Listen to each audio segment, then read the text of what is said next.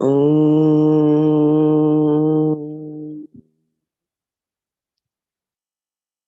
Om.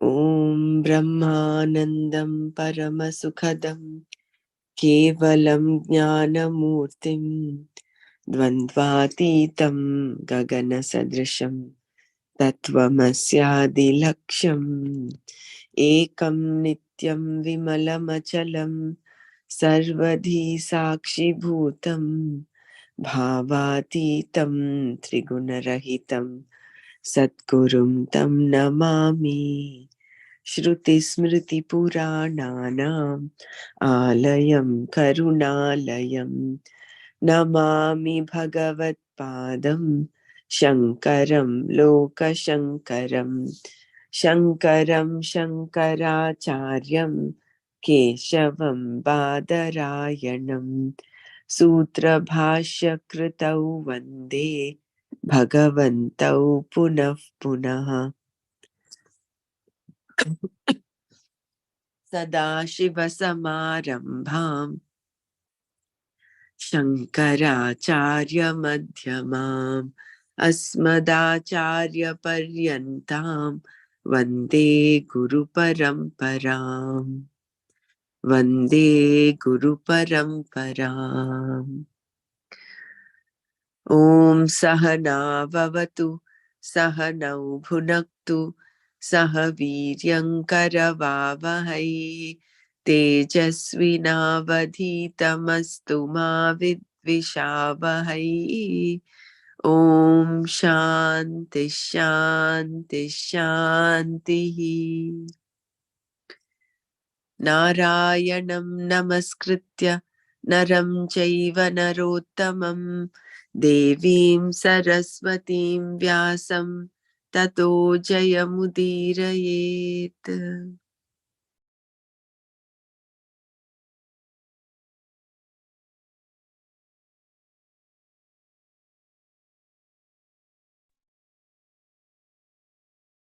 Jai Gurudev. May I chant mind?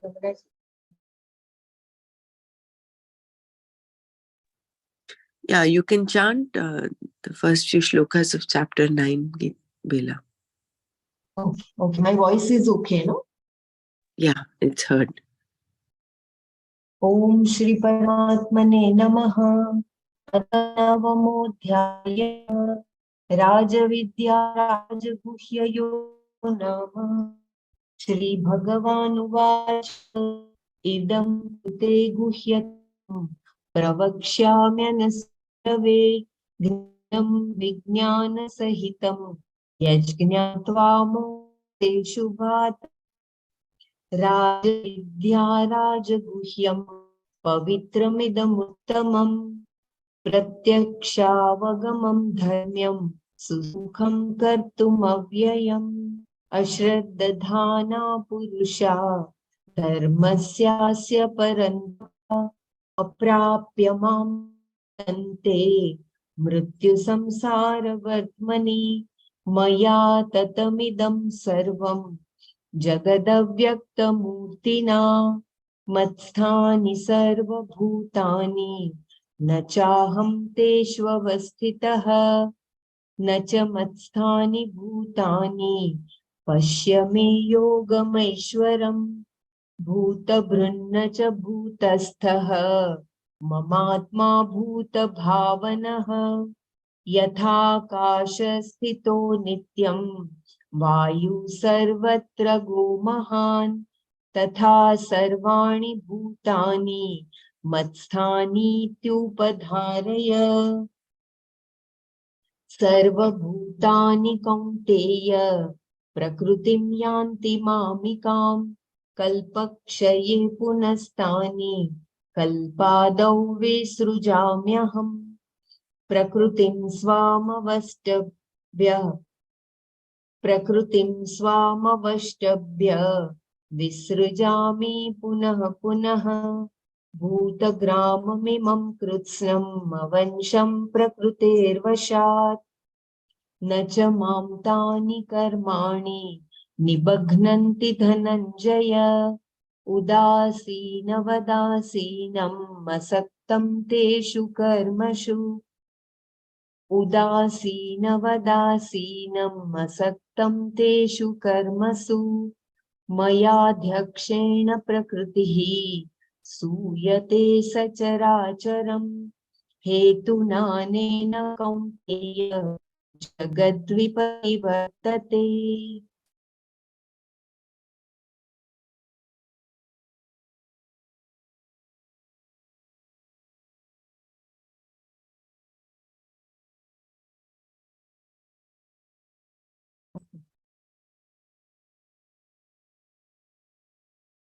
So we had seen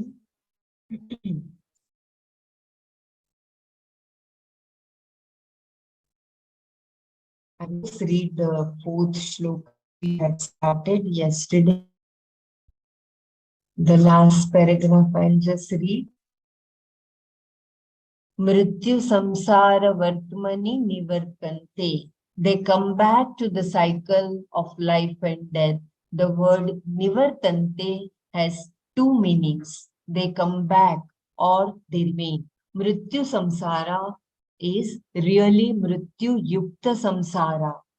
This is a compound in which the middle word is dropped. It means it is a samsara which is fraught with death, mrityu. Death is coupled with birth. So this is a samsara that is fraught with death and change. Even empires which once flourished have all been leveled. All that remains are few remnants beneath the earth, some pots, some coins, etc. And the demolition squad is none other than Lord Mrityu, time. Vartamana means road, the road through which you reach pain, because we are talking about the one who does not believe. Even Swarga is within samsara, but here he is talking about Ashraddadhanaha Purushaha, the people of no Shraddha at all. And such people are on those routes which lead them to a place of pain called Naraka and births in lesser wombs like those of animals, etc. In these tracks they remain. Mrityu samsara vartmani nivartante. This particular verse is said only to create Shraddha. The first two verses praise Atmagnana as Rajavidya to positively create Shraddha. This verse tells how much you miss if you do not have Shraddha in this knowledge. Having drawn Arjuna's attention, Lord Krishna begins the topic of this chapter in a very big way. Maya tatamidam sarvam jagadavyaktamurtina matsthani sarva bhutani nachaham teshvavasthitah. This entire world is pervaded by me, whose form cannot be objectified.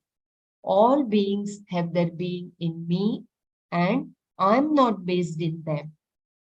It is important to note here that in this and the following verses, the word bhuta, being, is used in the sense of jiva. The word bhuta also covers the entire world, jagat. When it is said that the jiva is created, sustained, and destroyed, one should know that by jiva is meant an embodied being. The jiva, being non-separate from Atma, is never created or sustained or destroyed. But the subtle and physical bodies born of subtle and gross elements are created, sustained, and destroyed. So for the jiva, creation, sustenance, and destructions are only with reference to these bodies.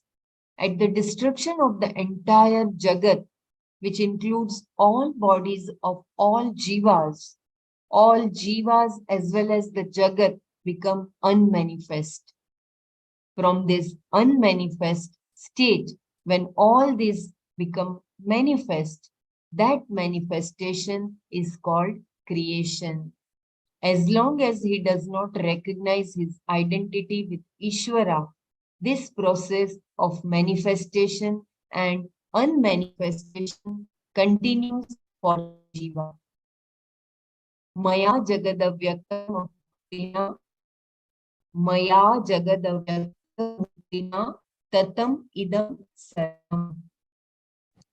Can you please read from the beginning that other paragraph? Sorry. Yes, yes. Okay, I'm going little fast because this all I think yesterday we have read. I will just read again. No problem. Yeah. That is important, because we were going to repeat it anyway, because this is one little difficult one. Yeah, I will. Yeah. You mean the two from the beginning. It is important to note, right?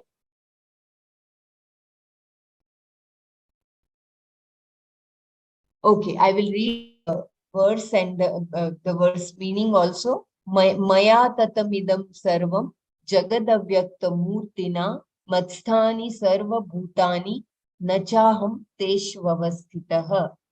This entire world is pervaded by me, whose form cannot be objectified. All beings have their being in me, and I am not based in them. It is important to note here that in this and the following verses, the word bhuta, being, is used in the sense of jiva.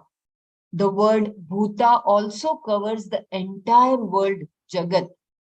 When it is said that the jiva is created, sustained, and destroyed, one should know that by jiva is meant an embodied being. The jiva, being non-separate from Atma, is never created or sustained or destroyed.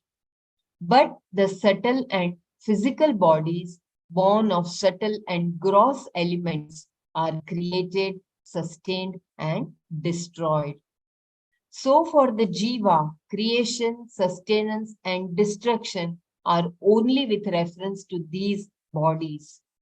At the destruction of the entire Jagat, which includes all bodies of all jivas as well as the Jagat become unmanifest. From this unmanifest state, when all these become manifest, that manifestation is called creation. As long as he does not recognize his identity with Ishvara, this process of manifestation and unmanifestation continues for the jiva.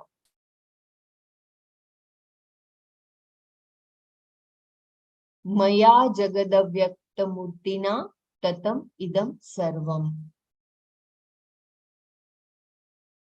I hope this is clear, that for those who still relate themselves to body, mind, intellect, for them, this mrityu samsara, it continues. Even after the pralaya, those sanchit karma, because of which they again take birth. I hope I can move forward, or anyone else would like to share. Yeah, that's fine. That's good. Thank you. Well, Yeah. I mean, if anybody wants, that's fine. But I just wanted to go from the beginning only because it will help in the end. Yeah, no, this is very important verse, so we have to know, understand it. That's why I'm taking it again. Although we did it yesterday, so I'm taking it again. It is very nice and very important verse. So how important it is to realize the Atma as Ishvara. It is so important to recognize our identity with Ishvara. Otherwise, this process of manifestation and unmanifestation continues. Maya Jagadavyakta Murtina Tatam Idam Sarvam. The Lord says, this entire world is pervaded by me. There is an adjective to me, Avyakta Murtina. A form or the truth of a given thing is called Murti. Avyakta Murti is a form that is beyond objectification. Something that cannot be objectified may be hastily construed as non-existent. So that there will be no such problem, Bhagavan has used the word Murti. Avyakta Murti is the one who exists and is available for every creation. That is me, and by that me, this entire creation is pervaded. I repeat, there is a breaking of voice. Murti is the one who exists and is available for appreciation. That is me, and by that me, that this entire creation is pervaded. It is not Krishna's body that is pervading everything, but real nature, Parobhava, that is his, that Swarupa Lakshana, Satchit. When Krishna says here, Maya, by me, he uses the first person, and that refers to the real being, Sat Chit Ananda.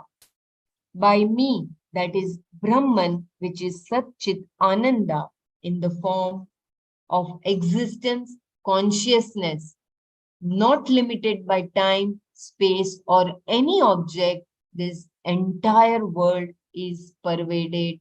Maya tatam idam sarvam jagata. Matsthani sarva bhutani. I hope this is very clear, because it is very, very important that this parobhava, the swarupa lakshana of Ishvara, is responsible for the whole creation. Because of the It's only Swarupa Lakshana, right? I mean, it's just like nature of the Ishvara. but his real nature, yeah. Yeah. That's Parabhava. Bhava. Yes. Yeah. Swarup Okay. Lakshana. Yeah. Swabhava, Kshamyadam.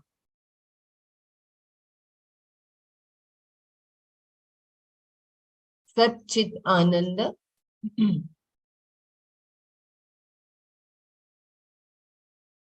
Parobhava. We will remember it as his real nature, Parobhava, which is not limited by time, space, or any object. It is Ananta, Achyuta, Avyakta. Okay. Avyaya.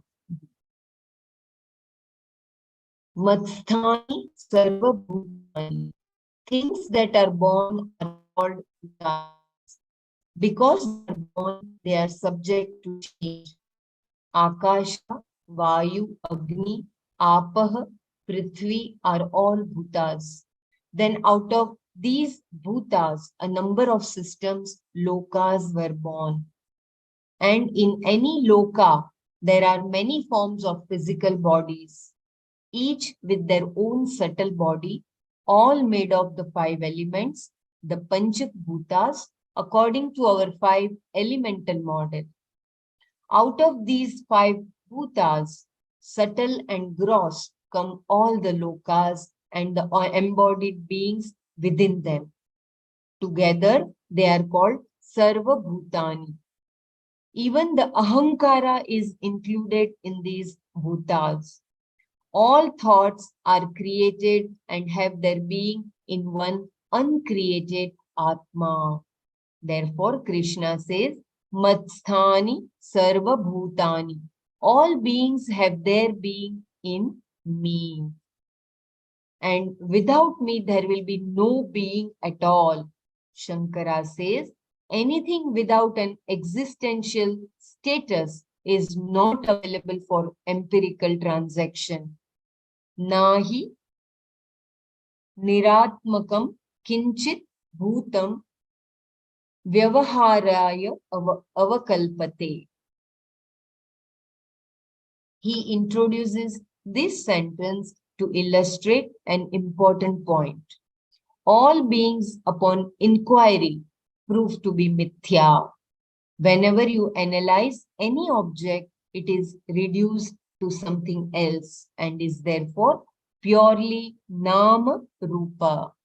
If we stop here, there is only a void, shunya.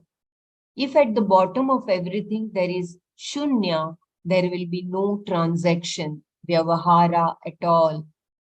But because there is one thing that is, everything is understood as existent. Space is, time is, everything is. But then one may argue there are certain things which we understand as non-existent, like the rabbit's horn. Even so, the rabbit is existent, only the horn is not existent. And even though the rabbit's horn is non-existent, how do you know of the non-existence of the rabbit's horn? This is very important to know. To know this, there must be a person who knows. That person knows aham asmi, I am. Then he uses a means of knowledge to know that rabbits do not have horns. That rabbits have no horns is purely a piece of knowledge, and to acquire that, there must be a means of knowledge. You cannot say it is perception because eyes can capture only form and color, not non-existence. They detect presence, not absence. So the means of knowledge is not perception. Then how do you know that the rabbit's horn does not exist? It is not inference because all inference is based on perception, nor is it a presumption. You do not arrive at the fact that rabbits do not have horns by presuming it from the fact that rabbits never hit you with their horns. You do not conclude rabbits do not hit me with their horns, therefore they do not have horns. It is not a knowledge born of perception or inference or presumption, but an independent means of knowledge called anupalabdhi, a negative means of knowledge based upon the knowledge you have. You know what a rabbit is like, but you don't really see the absence of the horn. When you question whether a rabbit has horns, you determine that it does not have horns. That is arrived at by anupalabdhi, a means of knowledge employed by the person who is existent. He uses a means of knowledge to determine the fact that the rabbit has no horn. But the fact is, and the person who knows is, exists. Generally, this existence is considered an attribute of the object. We say, for example, this pot is existent. Here, existence becomes an attribute which distinguishes this pot from an absent or a destroyed pot. This existent pot you will later call a destroyed pot. So when you say this is an existent pot, existent is used as an opposite to non-existence or destruction. Since there is such a thing as an absent or a destroyed pot, you can say this is an existent pot. The knowledge that you have of existence is always opposed to non-existence.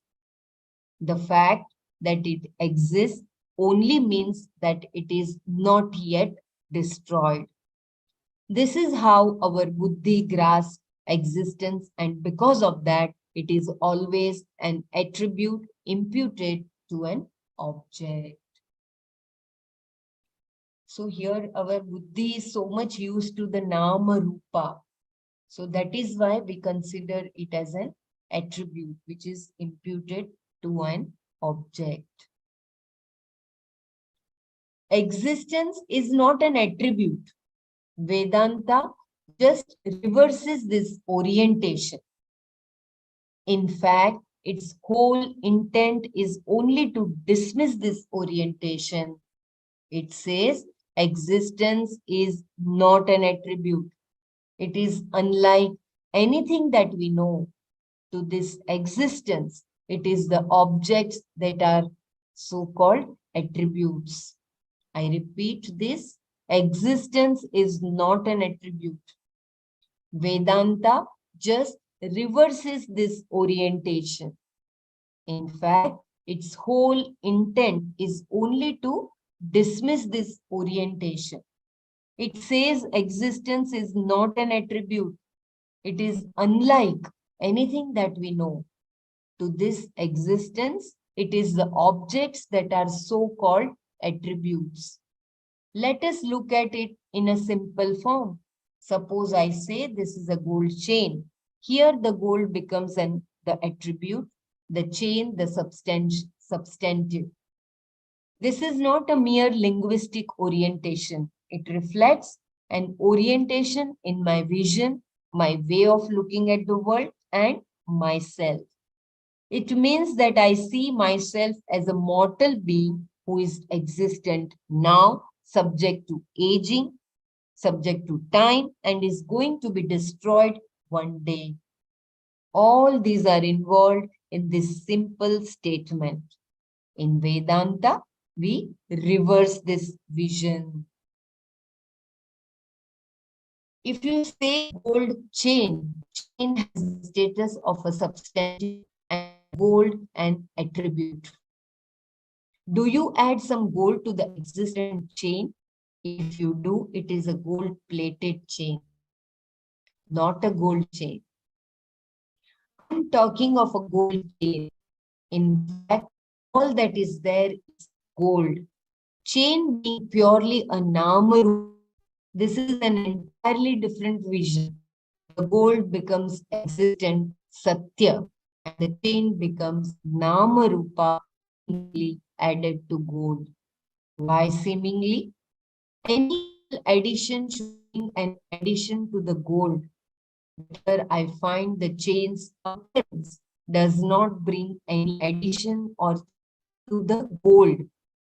The gold substance, the swarupa, its weight and other properties remain the same. Even with the appearance of the chain, the gold retains its own nature. So we say the appearance of the chain is a kind of addition, a seeming creation. We cannot totally deny a creation because we see the chain.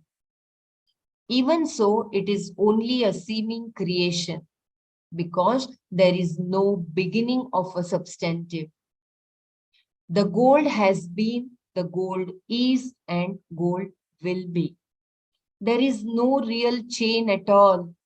It is nothing but an incidental nama rupa attributed to the gold. Therefore, it is a sort of addition to the gold. If the gold could talk, it would say all these golden ornaments, the gold chain, the gold bangle, gold ring, gold earring, gold nose ring, gold ring, all of them have their being in me. The existence of the chain is entirely dependent upon the gold. Therefore, in Vedantic language, we will not say gold chain, but chainy gold. I have to completely change my language just to express my vision.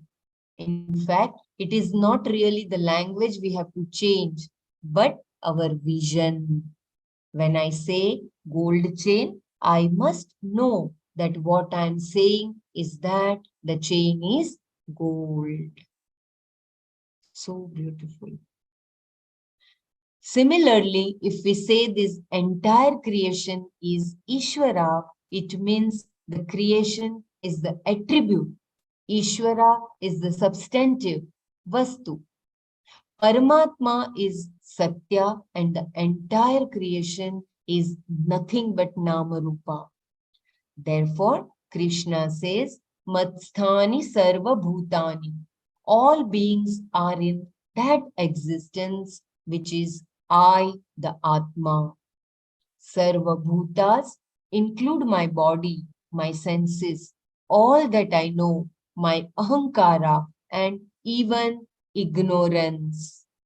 Ignorance is. That is Atma, consciousness. The thought is. The knower is. Seer is. Hearer is. Thinker is. Thinking is. Emotion is. Memory is. This is. That is. Then anything that you say that is Atma. And that is, which is qualified by whatever you say, it's itself unqualified. That is Atma. And therefore, the statement Matsthani Sarva Bhutani is meaningful. So that isness is the Atma, the Ishvara. In in the whole creation, that isness is the Ishvara, is the Atma, and that is the Swarupa, which is Satchit Ananda. The rest, the entire creation with Nam and Rupa, they are just the substantive. I'm sorry, they are just the Mithya.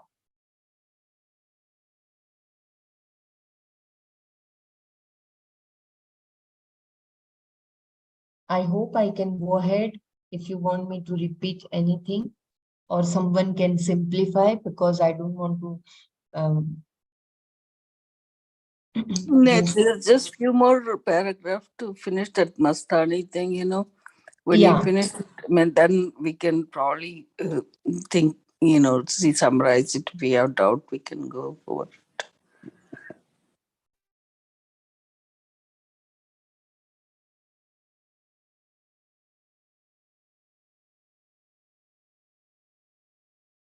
Oh, I hope my voice is not breaking. I don't know why this is, the page No, is, your it is voice is seen, no? fine. No, well, yeah, your voice is fine. I didn't hear any Yeah, breaking. okay. No, the page is not, I mean, it is seen, right? Okay. Yeah, I can see the page here. Okay.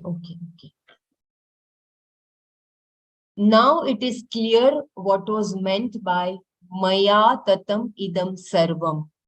Everything is pervaded by me. It means nothing is away from me.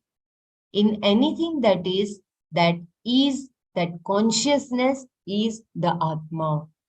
In any piece of knowledge, there is consciousness involved, and that consciousness is Sat Chit Ananda Atma.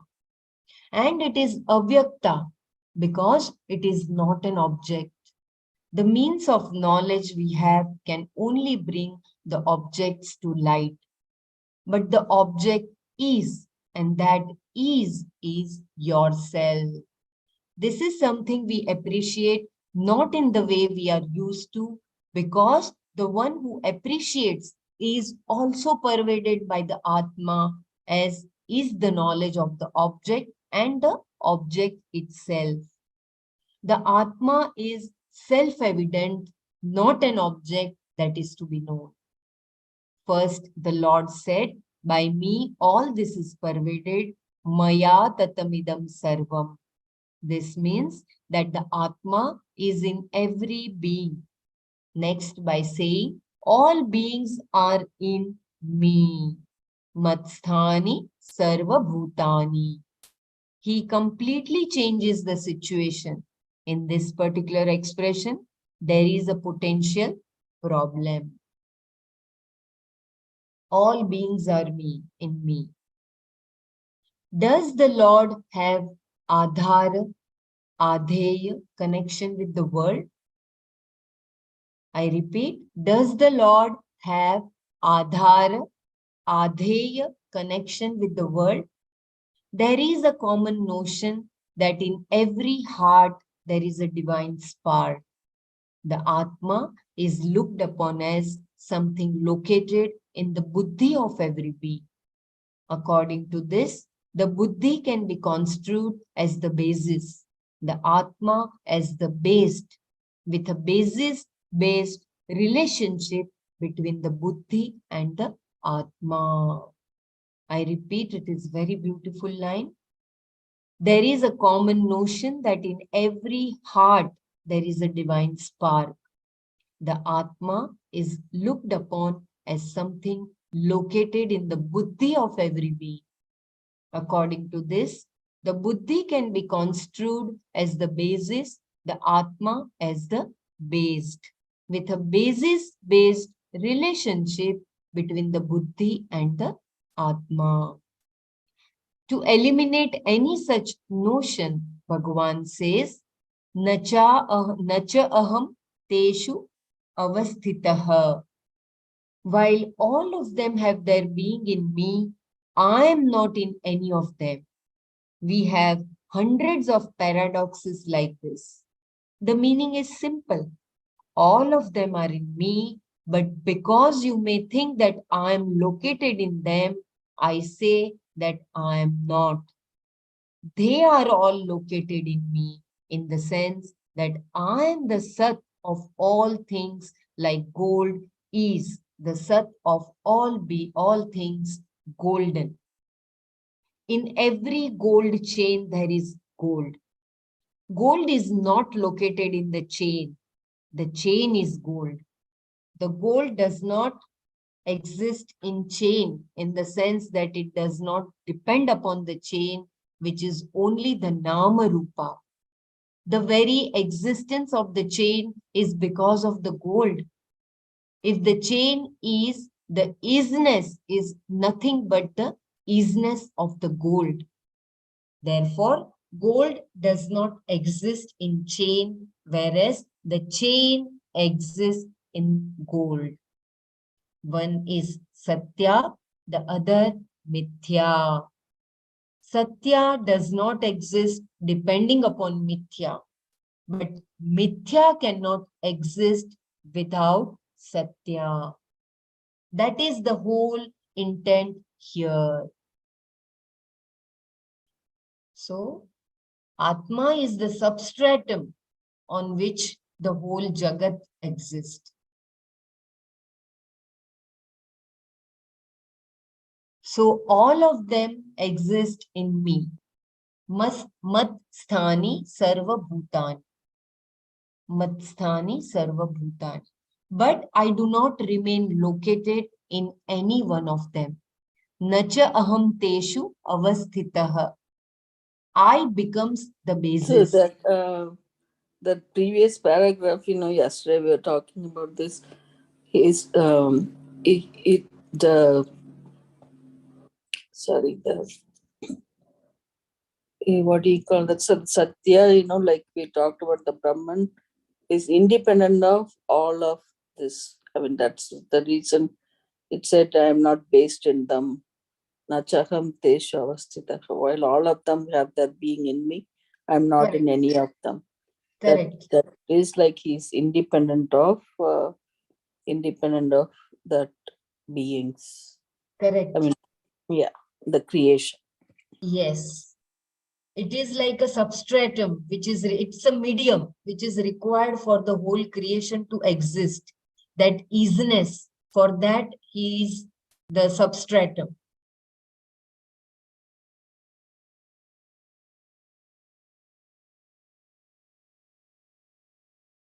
Yeah. Mhm. The Jagat is Mithya because it has all attributes with Nama Rupa. But at the same time, this is very important. Satya does not exist depending upon Mithya, but Mithya cannot exist without Satya. Please, this is the takeaway line. That is the whole intent here. This is the whole crux of the whole shloka. Maya tatamidam sarva. Satya does not exist depending upon mithya, but mithya cannot exist without the satya. That is the whole intent here. I think as we read further, it will become clearer. So all of them exist in me. Matsthani sarva bhutani. But I do not remain located in any one of them. Nacha aham teshu avasthitaha. I becomes the basis, the adhara of everything. But I am not adheya, based upon them because they are mithya. I repeat, but I am not adheya, based upon them because they are mithya. Remember this for contemplation. I read once again this beautiful 2 lines. So all of them exist in me, matsthani sarva bhutani, but I do not remain located in any one of them. Nacha aham teshu avasthitah. I becomes the basis, the adhara of everything. But I am not adheya, based upon them because they are mithya. I am the satya, the truth of all of them. They have their being in me, but I do not have my being in them. I am not dependent upon them for my existence, while they depend entirely upon me for their existence. So beautiful. I read once again. I am not dependent upon them for my existence, while they depend entirely upon me for their existence. One may argue that it is like the situation of a king. The citizens depend entirely upon the king, but he does not depend upon the citizens. One is independent, the other dependent. Similarly, if all the worlds are dependent upon you and you are not dependent upon them, there is still a difference between the world and you. You have become the adhara and the world is the adheya. Bhagavan has covered this by saying that he is avyakta murti. Shubha states the significance of this. An object which has a form is something that can be connected to another object. There is the possibility a basis-based adhara-adheya connection. The dish, for example, is on the table and the table is on the ground. Since each of these has a form, it can be the basis, adhara, for another object which has a form, the adheya. Now let us consider the relationship between space and an object which has a form. It can be the earth, it can be all the planets. All are based upon, accommodated in space, except space itself. But space also exists in me, consciousness, which has no form whatsoever. If all things exist in space and space itself exists in me, then I have no location. If this is so, what kind of basis-based connection is there? With no location, there is no adhara adheya, basis-based difference. I am self-existent and everything is based upon me. Those who do not understand this fact may say that the Atma is located in the Buddhi. The Buddhi is the place where you recognize the Atma, that is, as consciousness, it manifests there. But that does not mean that the Atma is located there. Atma is that by which everything is pervaded, including your buddhi. Maya tatamidam sarvam.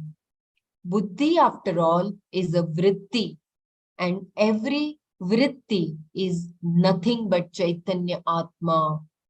A pot vritti is consciousness plus the name and form pot. Every vritti depends upon Chaitanya Atma, like how the waves depend entirely upon water. But Chaitanya Atma has no form that can be located anywhere. So it is not an object based upon something else. It is a vastu that has no form and has no connection with anything else. So it is not possible for it to be adheya, based upon something else. It is that in which everything is based. Therefore, Shankara says the nature of Atma is such that it has no connection whatsoever. Like the water has no connection with the wave. Between Satya and Mithya, there is no connection at all. Mithya does not exist apart from Satya. One is Adhisthana, the other is superimposition. Even the Adhara Adheya difference is not there. The Jagat is non-separate from me, yet I am independent of the Jagat because one is Satya, the other is Mithya. A connection can only be between two things that are Satya. If Atma is Satya, and if there is any other Atma which is equally Satya, then we can say that one Atma is connected to the other Atma, that one is based upon other, that one depends upon the other. But there is no second Atma at all. If there were, you should be able to recognize it. But anything you can recognize is an object of Atma and not Atma. That is because Atma is consciousness which recognizes everything. There is only one Atma which from its own standpoint is non-dual. It is pure Chaitanya Atma. Please let me know if you want me to repeat or read any paragraph before we go ahead. Anyone would like to share or?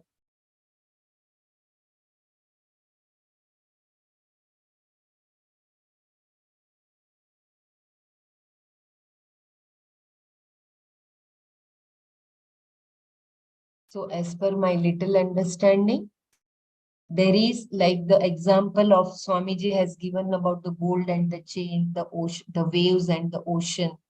The existence of the wave is because of the ocean, but the existence of ocean is not because of the wave.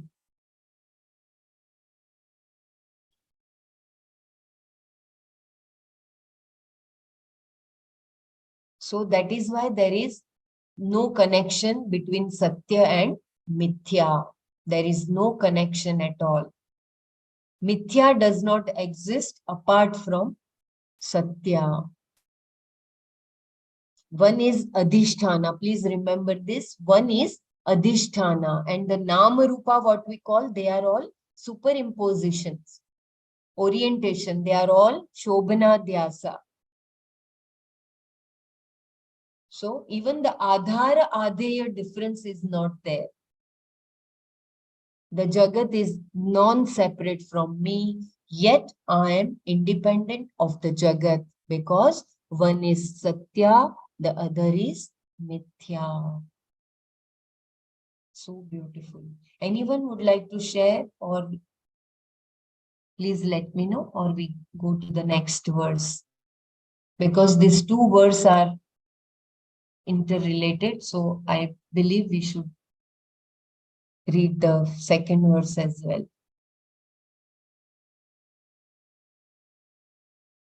Because Atma is not connected to anything, Bhagavan says, Nacha matsthani bhutani pashya me yogamaishwaram bhuta bhrunna cha bhutastho mamatma bhuta bhavanaha nacha matsthani bhutani, and the beings do not exist in me. Me, my, Aishwaram, yoga. Aishwaram, that which belongs to the Ishvara, connection to the Jagat. Pashya, see, Ma Atma, myself, Bhuta Bhavanaha, is the creator of this.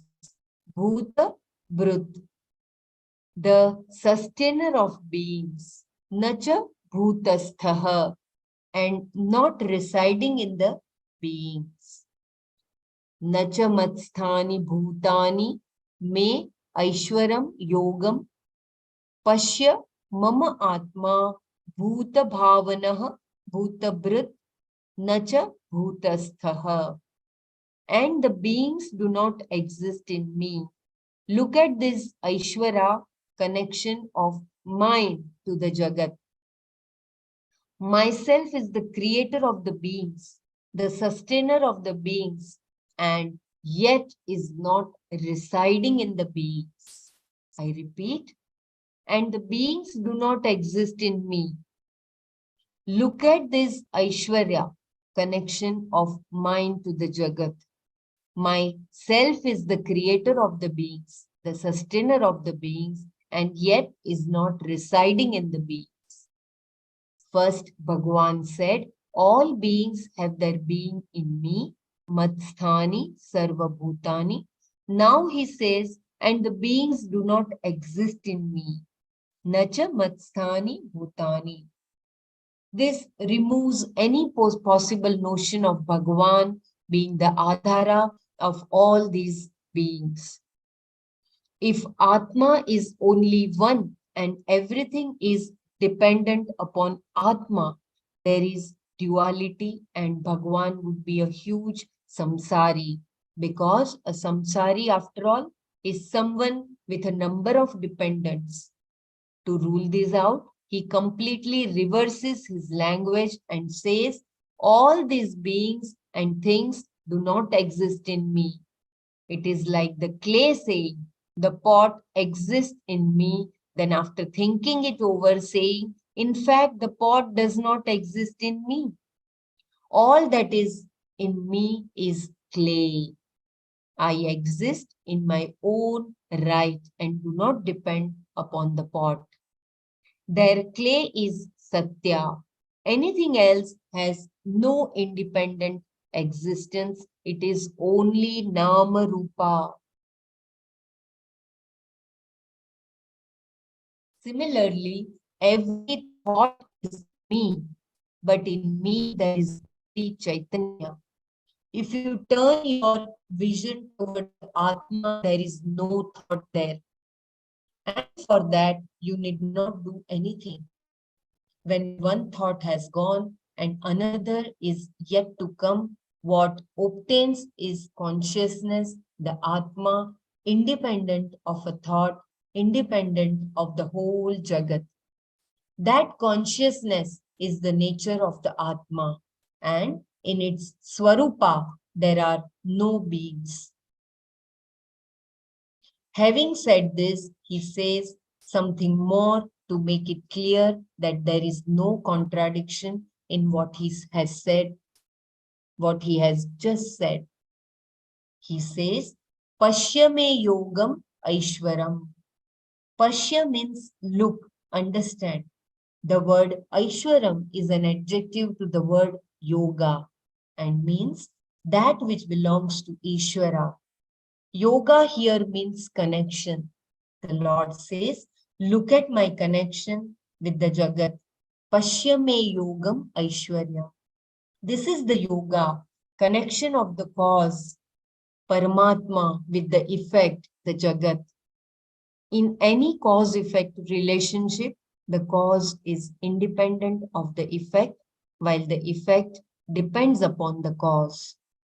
This is the reality from the standpoint of cause-effect, karana karya.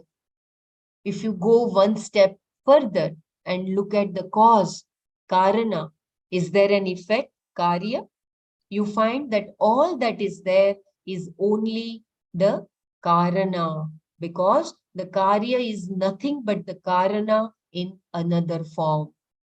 Therefore, the Lord says that the entire Jagat is nothing but Himself.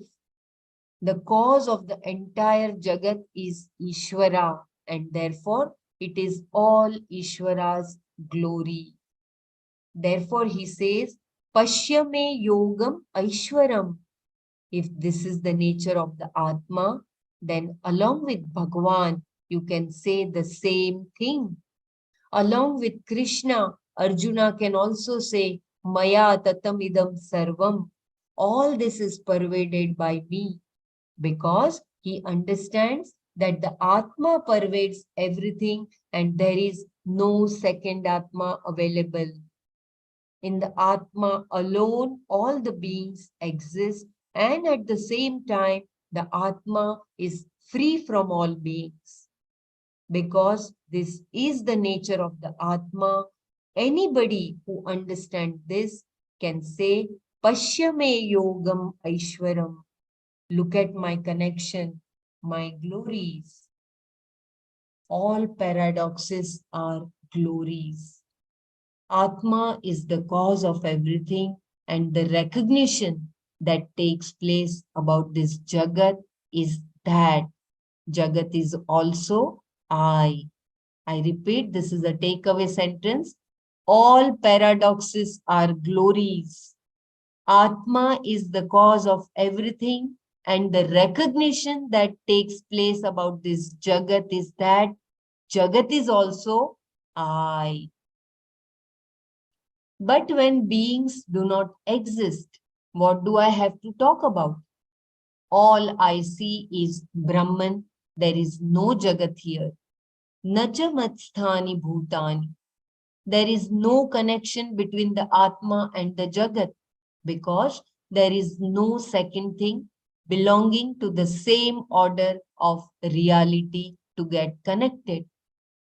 This is the wonder, Ashcharya, and that is why he says, Pashyame Yogam Aishwaram. And it is a wonder from another standpoint too, which Bhagavan expresses in this paradox. He says, Mama Atma Bhuta Brit Nacha Bhut Bhutastaha. Myself is Bhuta Brita, but not Bhutastaha. Brita means one who sustains or upholds. Bhuta Brita is one who sustains all the beings, Bhutas. Atma sustains all the beings by giving existence, Satta, to all of them. Like clay sustains the pot, Atma sustains the Jagat. At the same time, it is not located in the Bhutas. Nacha Bhutasthaha, that is, it is not limited by any of the Bhutas.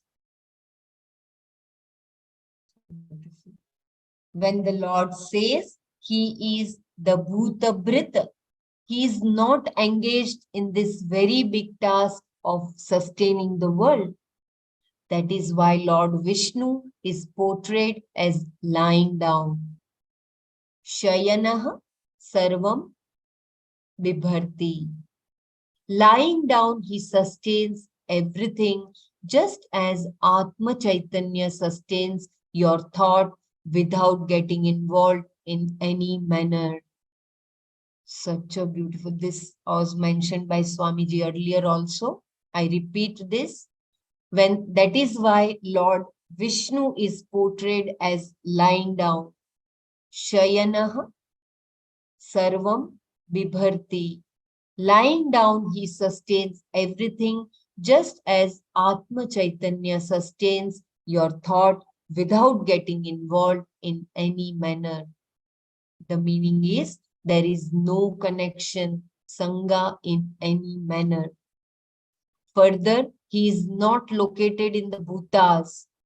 Since it has no form, the Atma cannot be bhutastha, residing in the bhutas. That is why he says, all the bhutas are located in me, whereas I am not located in the bhutas. I am asanga. So it is so beautiful.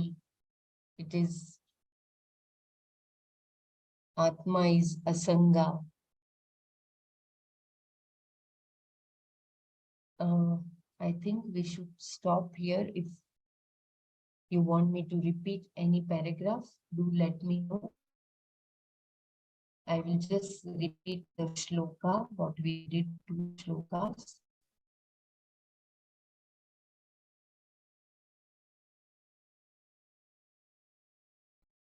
Maya tatmidam sarvam jagatavyaktamurtina masthani sarvabhutani na chaham teshvastitaha. This entire world is by me, whose form cannot be objectified. All beings have their being in me, and I am not based in them.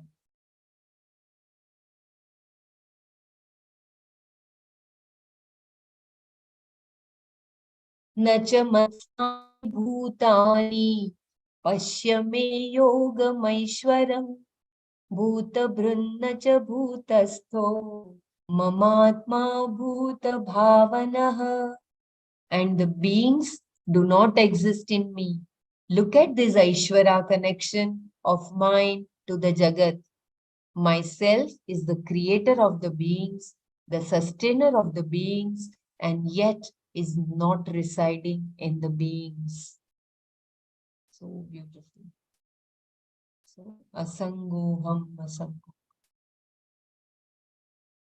With that thought, we will just close our eyes and then we can unmute and then share our takeaways for today.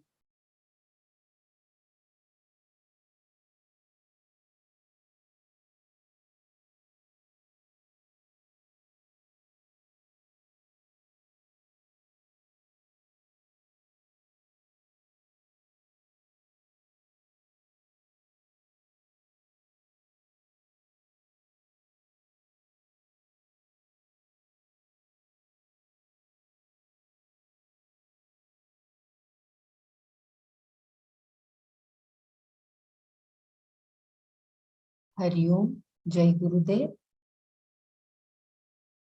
Kindly share your takeaways and I request someone to take over the session, please. I can continue sharing the screen.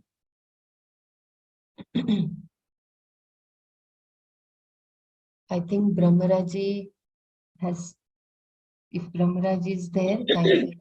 You want me to? Yeah, it please, is to be, kindly. It is to be read.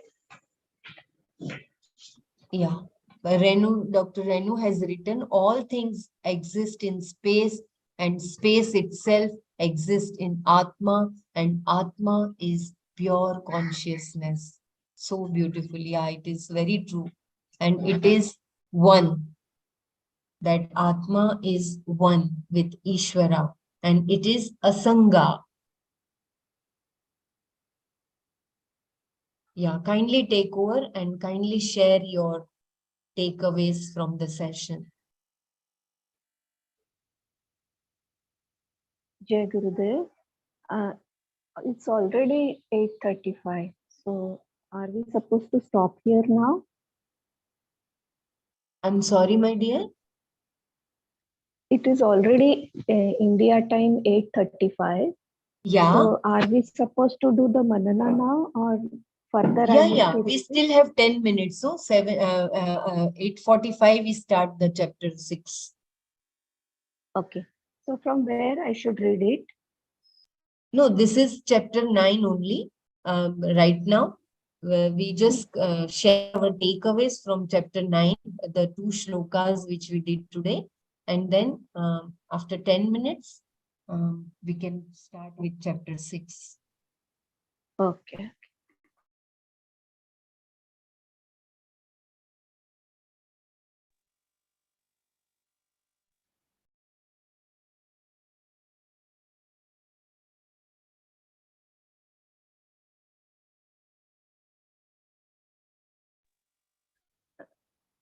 What is my takeaway here is it's very clearly giving the idea of Satya and Mithya. What we say, no, Jagat Mithya, means it is the appearance, like jewelry in the gold. So the basis of all the jewelry is gold, or the basis of all the waves is ocean. So these two, three examples make it more clearer and clearer. That jewelry, all pieces are, they exist only as long as gold is there.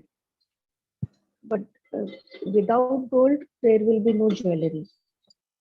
So the mithya, the existence of mithya is upon the satya.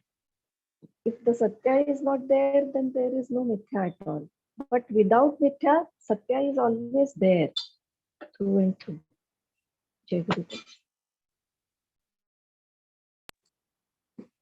Yeah, I mean, this in this particular one, the first sloka where it was this Atma is explained so many different ways, right? The easiness, and then you talked about this gold example and all that. There's one paragraph was very nicely said. There's this Atma is the only basis for everything. I'm trying to see where that is. The last paragraph. Mm,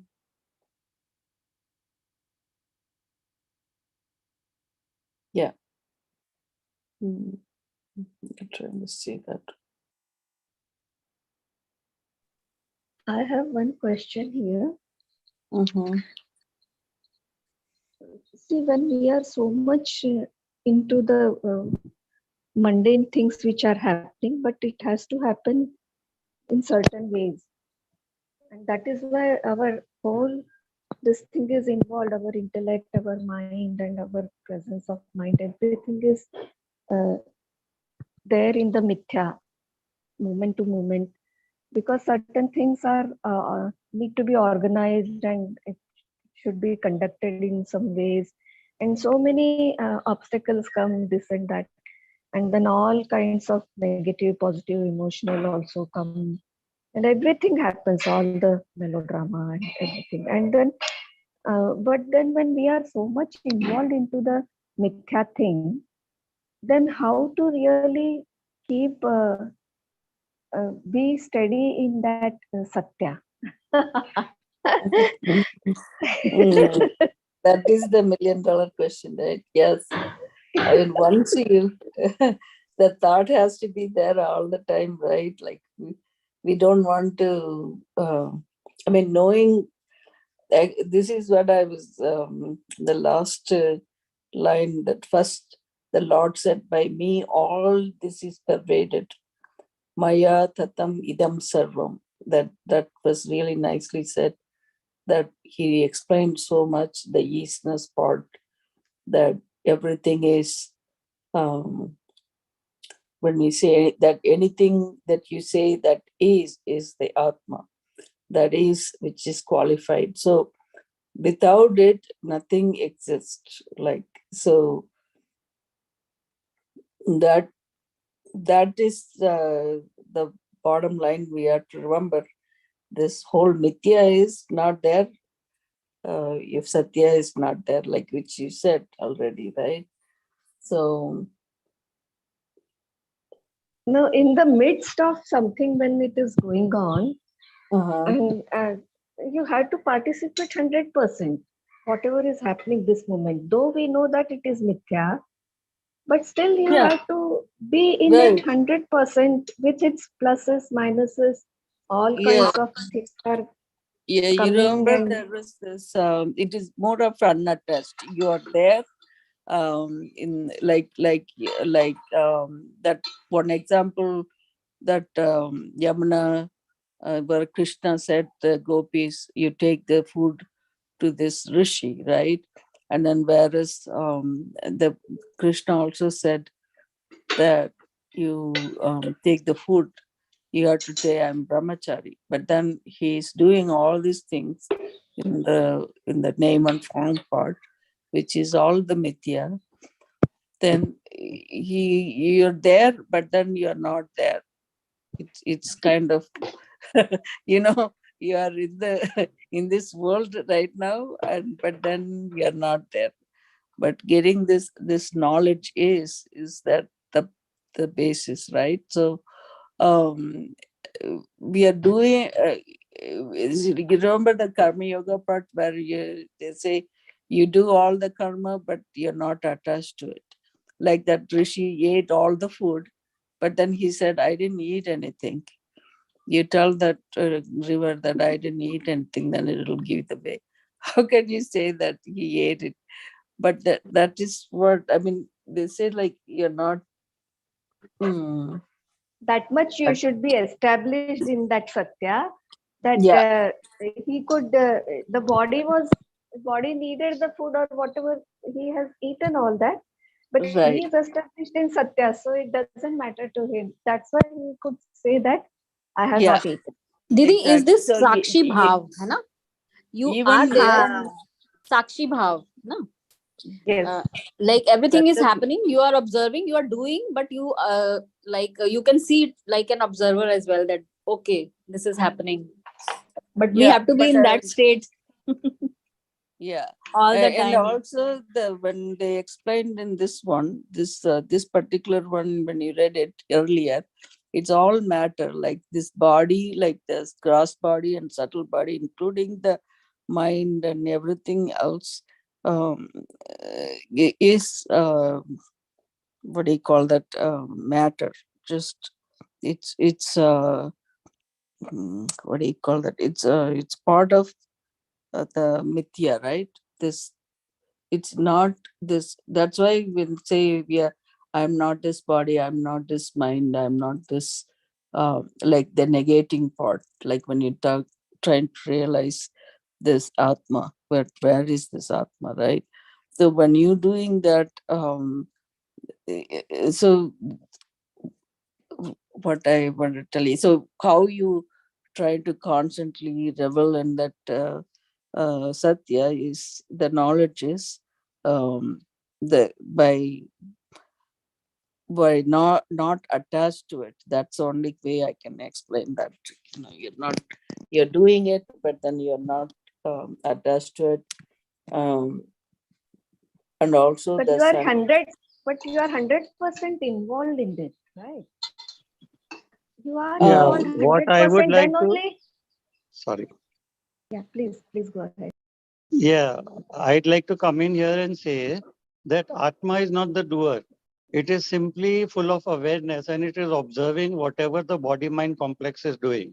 So whether Krishna was married and yet he said that he had never done anything, had no physical contact, or whether the rishi said that he had not had food. At that time, at the Atma level, Atma is simply full of awareness. It is not the doer. It doesn't do anything. So the body mind complex did it, and we are not the body mind. We are the Atma. It is for us to realize at the Atma level that we are Atma, and Atma does nothing. So when we realize, we can only realize that we have not done anything when we reach that Atma level where Krishna was or where the Rishi already was. So we need to reach that state where we realize that we are not the body and mind, but we are simply the Atma. And there the Atma is simply the observer, full of awareness. It is not doing anything. Atma doesn't do anything, doesn't go anywhere. So how to That reach is it. that is the $1 million question. Yeah, that Just is only through. by intellectually grasping it and again and again reading it and thinking 100 times Aham No, Brahmasmi this and is beyond intellect. No, this knowledge is yeah, beyond intellect. Only when you go beyond the intellect would you be able to. At the intellect Correct. level, then you will remain in that Vijnanmay Kosha only. You Correct. cannot Correct. reach the Anandmay Kosha. Intellect is at Vijnanmay Kosha. Correct. Correct. I think Sorry? just keep on doing all the sadhana seva satsang, keep on reading Bhagavad Gita in the group studies and do everything. And at one point of time, the divine will dawn on its own, like Yeah, the thing is, grace. We are already on this path. And if you look at it, like this morning session, whatever we have done, sometimes we tend to be confused. I tend to be actually, I speak for myself. I tend to get confused. And then I ask Dr. Brahmra again, this is my practical reading of the verses, like. And so, like, then, the churning that goes on in the mind, you may be doing anything. You may be making your bed, like removing the bed sheet, dusting your bed, and then putting the bed sheet. But at the back of the mind, that thought process is of that what we have done for that day, whether we are in agreement at the intellect level or not in agreement with it, or what is confusing us at the intellect level. So that at least that swadhyaya is going on Correct. continuously in our mind. So many days we do it. On other days, we may get involved in the sansarik this thing, like teaching our child, then our whole attention would be on teaching the child his homework or something, or where he's weak in some subject like maths or something. We are helping him. Then our full concentration and 100% in doing maths. We may not be involved with the Vedas at that point of time. But other mundane work, like when we are cooking or something like that, which is regular, which is a force of habit with us, we can think like just like driving. While driving, you don't concentrate on changing your gears. You already know it by, you just do it. And then you are thinking something else, maybe about your office job or something like that, some project on hand. So like that, when we are doing other mundane routine work, not mundane work, routine work at home, our mind may be on the Atma and what we did for that day. And that is the level Yeah, which we the have to one, reach. yeah, sorry, go ahead. No, that's where that karma yoga part comes up, right? Like where Krishna explains to Arjuna when he says, go and fight. Now you know what the Atma is, the non-doer. It when but whatever you're doing, it goes, you submit it yourself to the divine Bhagavan, so that samarpanam, causes, it doesn't really come to you. Those karma palas don't come to you.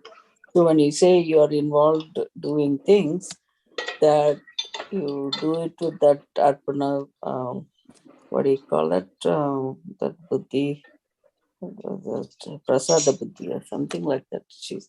We did that in the karma yoga part. Yes, there Yeah. dharma was to be established. So like Kshatriya dharma was to kill the people who had done wrong. And therefore he tells Arjuna that you will not get the papa of this. There is no karma phala for this. You are doing your dharma. So you do karma yoga. Right now is the time for you to do your karma yoga. So that is how Krishna that explains it to applies him. that applies to us as well, like, so that whatever we are doing, we follow the dharma that I think we did that in the previous verses also, that make karyas, right? So when we do that, then obviously, um that we are not earning that papa punya through that, hopefully. That we are not adding up to our sanchita karma, that Yeah. part. Yeah. All the karmas which most of us are doing who are involved in this study are that we Mm, follow the karmas are all according to our dharma. And then yeah. in karma yoga, as it is said, we have established a fine balance. We are a family people. So we have to look after our family also. The work that is involved in looking after the family, we have to do it. That is our dharma. And then the balance time we are giving to this, and our mind is on this. Like finally, we have to come to the conclusion that we are Atma. I know that is difficult. We identify so much with the body mind. And because we are in this Mithya Jagat and all the projections of the Mithya Jagat, it is really, really very difficult to remove all the veils which are there on the Atma and to really say for ourselves with full confidence that we are Atma. So much is the identification with the body mind. But we are on the right path. We are doing whatever is necessary as propounded in the scriptures. We are doing it. We are doing our sadhana, we are doing our karmas. So we are on the right path, and that's all. When we will realize Atma, that is the divine's wish. We are on the right path. That should be sufficient for us. Correct. So keep on whatever So, right. sadhana This seva satsang. Madhuriji, this last paragraph in this page, it says all paradoxes are glories. Atma is the cause of everything, and recognition that takes place about this Jagat is that Jagat is also I. But when the beings do not exist, what do I have to talk about? All I see is Brahman. There is no Jagat here. Nacha Mastani Bhutani. So there is no connection between the Atma and the Jagat because there is no second thing. So there is only one Atma. There is no, like, even yesterday I was saying, like, oh, we say our Atma is the same as the Paramatma. It's not even same. It's like there's only one Atma. That's it. There's none other Atma that is even here today. Yeah. It is like the electric current going into the fan as well as into the light bulb or tube light or into the television. So the electricity is the same. It is going into different objects, the fan, the tube light, the television, whatever. So ultimately, we are all part of Paramatma. That realization has to dawn on us. That means we have to see the divine in everybody. Even if people are ignorant and because of that we have disliked them in the past, today has come a time when we have to accept people and see the divinity in them. Whatever wrong they did was because of the ignorance in them. They are not well versed in the scriptures like we are getting. We are at a very higher level. We are doing this knowledge sessions for over a year. So much of knowledge we have gained. So we are now knowledgeable people. Our dharma is to forgive people who lack knowledge, not dislike them. So then we will be able to see divinity in them. And then we can slowly come to the conclusion that we are part of one divine, we are part of a Paramatma. Jai Guru. Beautiful. So we come back to the square one, continue doing whatever you are doing, and just wait for the divine shower What I'm its saying grace. is enjoy the journey. You don't have to reach the destination. Okay, when will I get Right, moksha? Or walking on correct. the path, you are enjoying your journey. You are enjoying life. Be happy, be contented with what we have. Today, we have reached such a high level of knowledge. So, and we are Very true. doing our sadhana regularly. We are doing our karmas correctly. Like so many people drink, smoke, and indulge in so many other nefarious activities. At least we are walking on the right path, no? And whatever they are doing out of ignorance. So enjoy the path, walking on the path. The journey is good. Our journey Yes, is wonderful. Enjoy the no journey. doubt.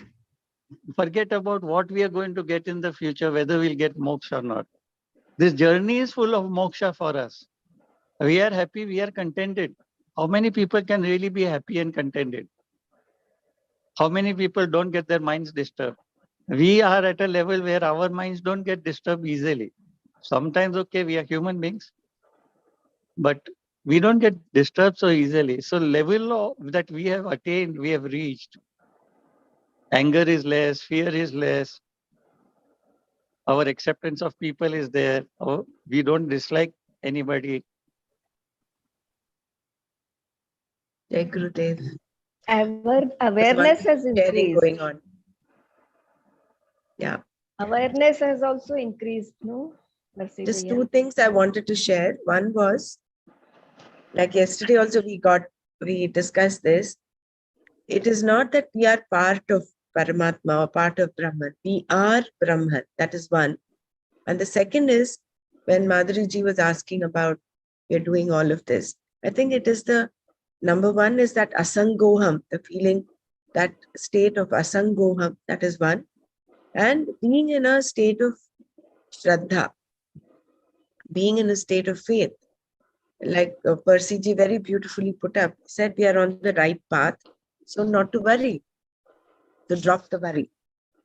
We have a few minutes, so I thought we just go to chapter 6 before we close.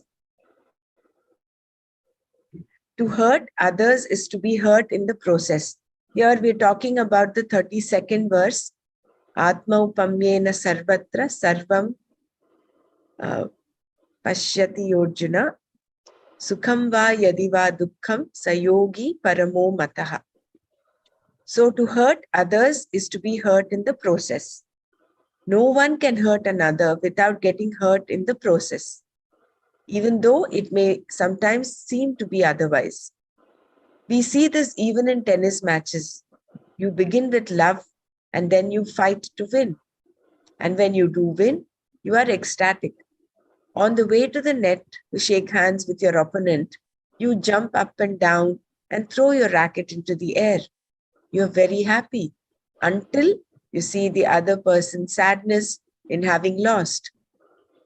Then all your joy goes. Do you know? Because no human heart was ever made that cannot empathize with a person who is sad. You know what it is to be on the other side of the net because you too have had days like that. Therefore, you cannot but pick up the other person's sadness immediately. Why? Because you can never hurt another without getting hurt in the process. It is just not possible. We think that there are criminals who have so hardened their hearts that they can automatically do harm to others. But this is not true. Even psychopaths have their spells of empathy because of how the human heart is. Insecurity is the problem. So here it means that since we're all connected and therefore no human heart was ever made that cannot empathize with a person who is sad.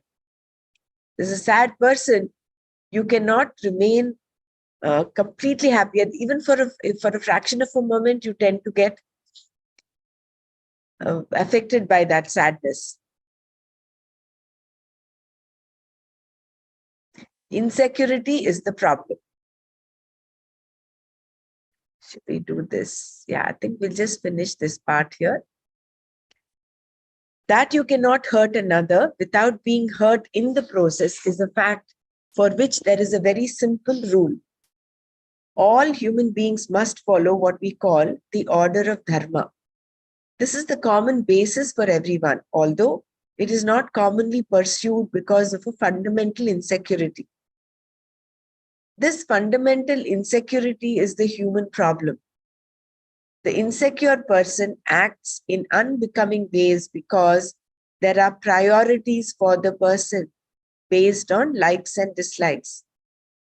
Wherever these priorities are, there will be confusion in terms of values unless the person frees himself or herself from the sense of being small. The person who does this sees the sameness in all beings always. Sarvatra samam pashyati. It is very clear to such a person that whatever is good for himself or herself is good for others also. This then is the yogi whom Krishna praises here.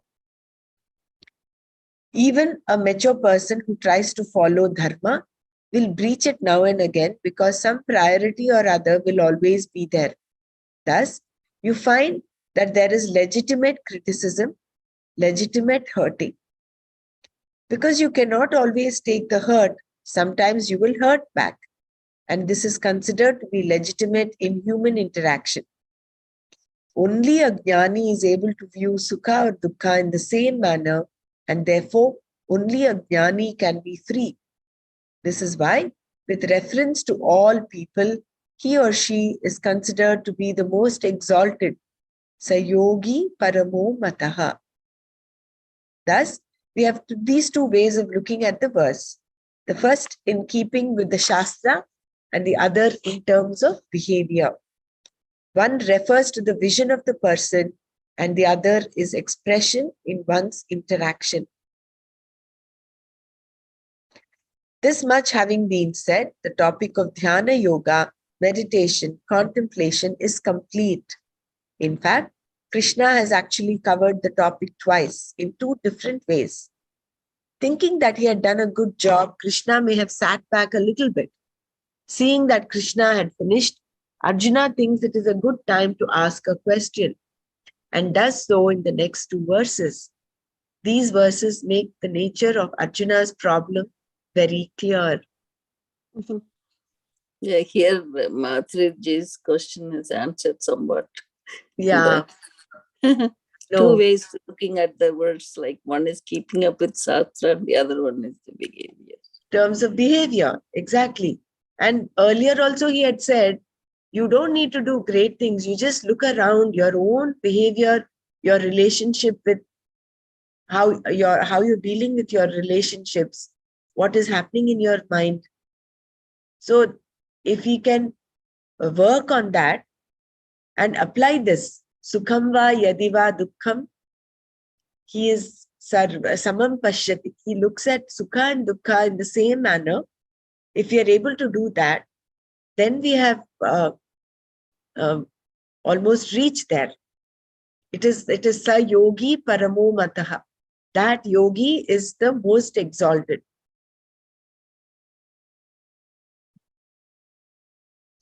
So all this happens because of the primary fundamental problem of insecurity. It is so beautiful. I mean, I think if we understand this part, then it will help us, it will guide us into being dharmic. It is very subtle. Unless we kind of do contemplation about our own behavior, otherwise we will continue being in our own oriented behavior, with our own orientations, and not know. And we'll keep continuing the same cycles of thinking. So in order to have that maturity in thinking and a bit of analysis of our own behavior, I'm not sure whether you should keep doing it like a critical analysis every time, but at least from time to time, when we sit back and look at our own behavior and delve into it, say, why did I do that? What was the reason? And then you yourself get answers as to probably your priority was wrong. Instead of doing something aligned with dharma, you chose your likes to go along with your likes and dislikes. And therefore you ended up doing what you did. So that inner analysis, you need to give yourself an inner appraisal. That is the sadhana.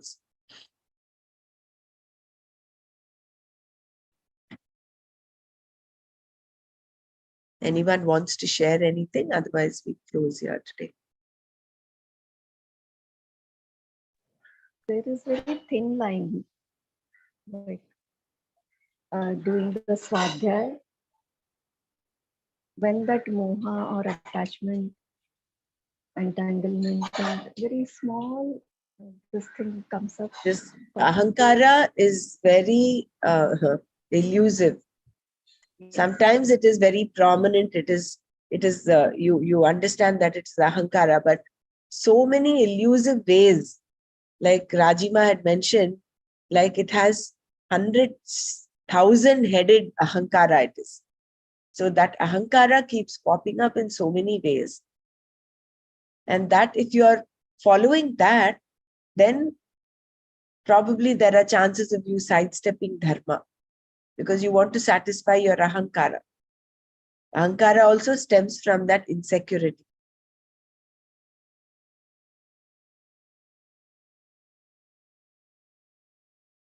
Yeah. We'll stop here today. So tomorrow we're doing 33rd verse, that is Arjuna Uvacha. If any one of you wants to summarize that, please go ahead. I will just share that one more time. I think he talks, Arjuna asks his classic Arjuna question, which is,